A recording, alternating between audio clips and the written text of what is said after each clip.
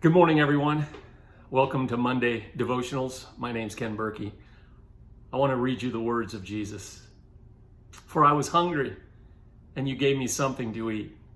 I was thirsty, and you gave me something to drink. I was a stranger, and you invited me in.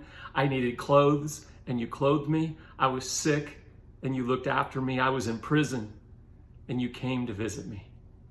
Truly, I tell you, friends, whatever you did for one of the least of these brothers and sisters of mine, you did it for me.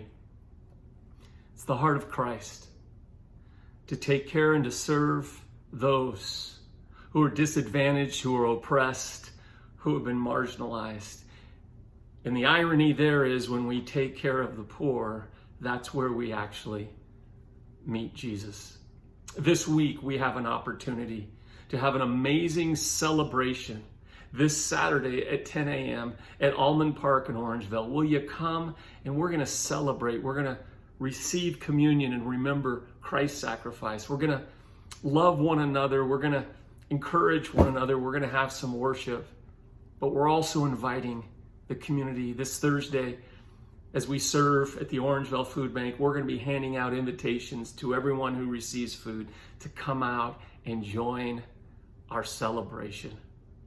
I am looking so forward to this Saturday of seeing familiar faces, old faces. That wasn't a joke. Well, it was kind of a joke. Young faces, but also new faces as we invite new people into our community and we celebrate. Jean Vanier said this. Jean was the mentor of one of my heroes, Henry Nouwen. But Jean said this. He said, at the heart of celebration, as people of faith, at the heart of celebration, there are the poor. And he says, if the poor are excluded from celebrations, it is no longer a celebration. A celebration must always be a festival of the poor.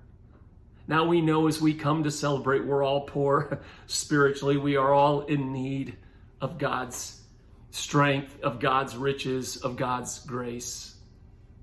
But there's something powerful that happens when those who come, who maybe can't offer financial resources, who can't offer those kind of a material things that the world kind of glorifies, there is something powerful when we come together, no matter what our status is, and we celebrate. And that's what we're going to do this Saturday. And I think this Saturday, if you come out for a couple hours, we're going to have an amazing meal. Again, communion, worship. I think we're going to meet Jesus. I think we're going to meet Jesus. I close with these words today as Live58 Church and as we're growing. And I truly am humbled by the amount of viewership that's happening on YouTube and Facebook. But thank you for watching. Thank you for joining home groups. Thanks for watching with your friends. We are a growing community. And the irony is, as our world is in chaos, there's a higher kingdom in play.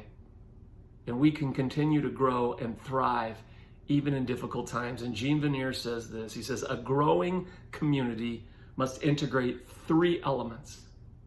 First, a life of prayer, which I talked about yesterday. If you missed yesterday's service, watch it. We talked about the power of prayer. A growing community must integrate three elements. Prayer, a life of service to the poor, and using our time, talents, and treasures to bless our world. Let me say that again. A growing community must integrate three elements. A life of prayer, a life of service to the poor, and members, people part of this community using their time, talents, and their resources to bless this world. Have an amazing week. Just have an amazing week. And I so look forward to seeing you and maybe meeting new people at the park in Orangeville, Almond Park, 10 a.m. on Saturday. It's early enough. It won't be too hot yet. And we're just going to have an amazing celebration. God bless you. Have a great week.